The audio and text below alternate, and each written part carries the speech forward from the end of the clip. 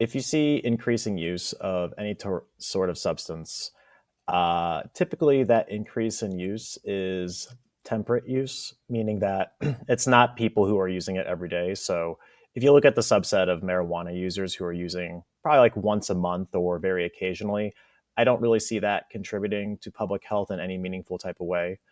Um, but increasing access for people who are heavy users, that's kind of a double edged sword because if they have increased access, they're going to use more, and the harms from the drug use itself can definitely rise. And maybe you have some people at the margin of heavy use who wouldn't have been heavy users if they didn't have so much access to the drug.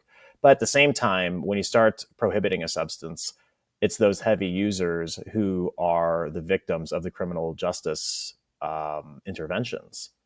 So, what's healthier for them to have an environment where they can safely use a drug or an environment that heavily incentivizes them not to use it?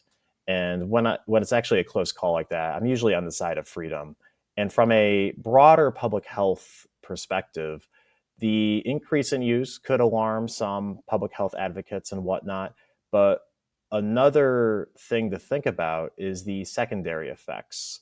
What happens in other aspects of public health after the legalization?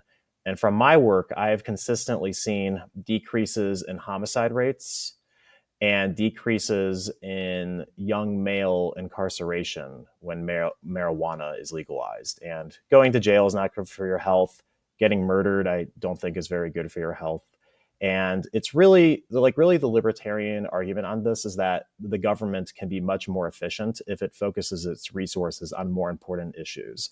And marijuana was a criminal justice issue that had a significant amount of government resources going towards it. And when the police departments don't have to focus on that anymore, they can start focusing on murders, focusing on theft, and things that everyone agrees are problems.